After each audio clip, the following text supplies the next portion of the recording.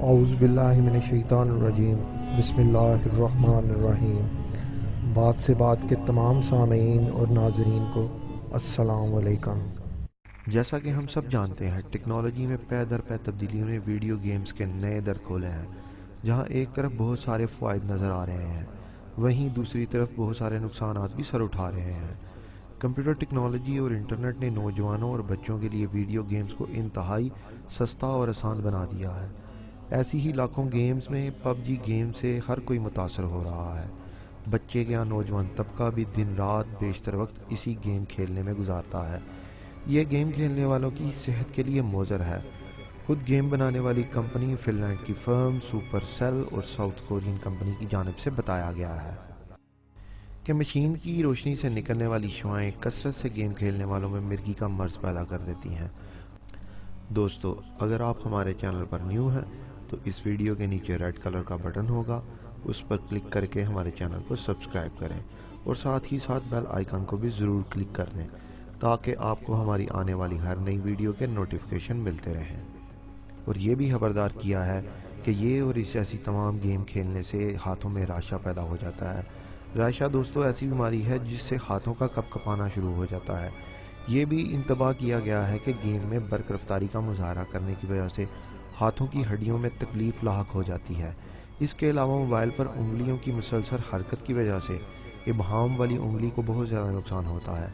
Video games کھیلتے ہوئے آنکھوں کی حرکت تیز ہو جاتی ہے، جس کی وجہ سے آنکھوں پر بہت زیادہ اثر پڑتا ہے۔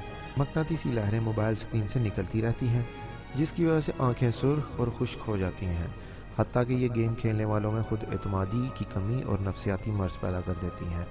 پب جی گیم میں ایسا ہے جس میں گروپ کی شکل میں دوسروں کو قتل کر کے ان کی املاک تباہ کر کے ناحق انہیں زد و کوب کر کے لطف اٹھایا جاتا ہے۔ مکمل گیم اختتام تک کھیلنے والوں کو ایک فرضی چکن ڈنر انعام ملتا ہے۔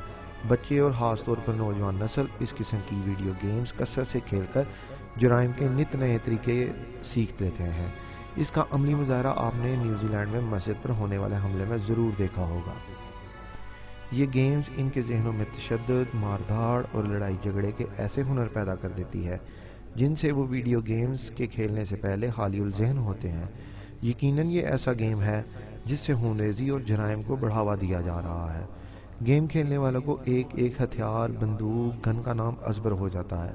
ساتھ ہی ساتھ اس گیم میں منشیات کا استعمال، تشدد، ماردھاڑ، چھپ چھپا کر قتل کرنا، گروہوں کے درمیان لڑائی، نازیبا الفاظ کا استعمال عام بات ہے۔ عام فرد کے لیے وہ تصورات اور الفاظ جن کو پہلے کبھی سوچنا بھی معیوب سمجھا جاتا تھا، اب وہ ان گیمز کے ذریعے زندگی میں رچتا بستا جا رہا ہے، اور معاشرہ ان کے کثیر استعمال کے باعث انہیں قبول کر کے اپنے اندر ضم بھی کر رہا ہے۔ تشدد، ماردھاڑ اور جنگ کے مناظر عام افراد، خاص طور پر بچوں اور نوجوانوں کی ذہنی صحت پر کیا اثرات مرتب کریں گے، اس سے موبائل اور گیم کمپنیوں کو کوئی سروکار نہیں۔ لیکن یہ سوال معاشرے کے لیے بے حد اہم ہے کہ پرتشدد اور اہلاک باختہ ویڈیو گیمز کے پھیلاؤ کے بعد اس قوم کا اخلاقی مستقبل کیا ہوگا۔ ضرورت اس امر کی ہے کہ ہم ان چیلنجز اور ان مسائل کو نپٹنے کے لیے اپنے بچوں کو ان چیزوں کے معاشرتی منفی اثرات سے بچانے کے لیے اپنا اپنا کردار ادا کریں تاکہ ہمارا یہ مستقبل محفوظ پروان چڑھ سکے، ورنہ ایسے موبائل گیم اور انٹرنیٹ کے سائے میں پروان چڑھنے والی نسل کے لیے آداب، اخلاقیات، انکساری، تحمل، صبر، حیا اور درد مندی جیسے الفاظ عجوبہ بن کر رہ جائیں گے، اور آنے والی نسلیں ان الفاظ کے استعمال پر حیرت سے ایک دوسرے کا منہ تکتی رہیں گی۔ دوستو، اگر آپ کو ہماری ویڈیو پسند آئی ہے تو اس کو لائک کریں، شیئر کریں اور کمنٹ باکس میں اپنے خیالات کا اظہار کریں۔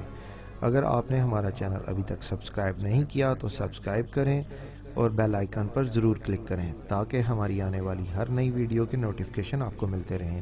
اپنا اور اپنے گرد و نواح کے لوگوں کا بہت خیال رکھیں۔ آئندہ پھر حاضر ہوں گے ایک نئی ویڈیو کے ساتھ۔ اللہ حافظ۔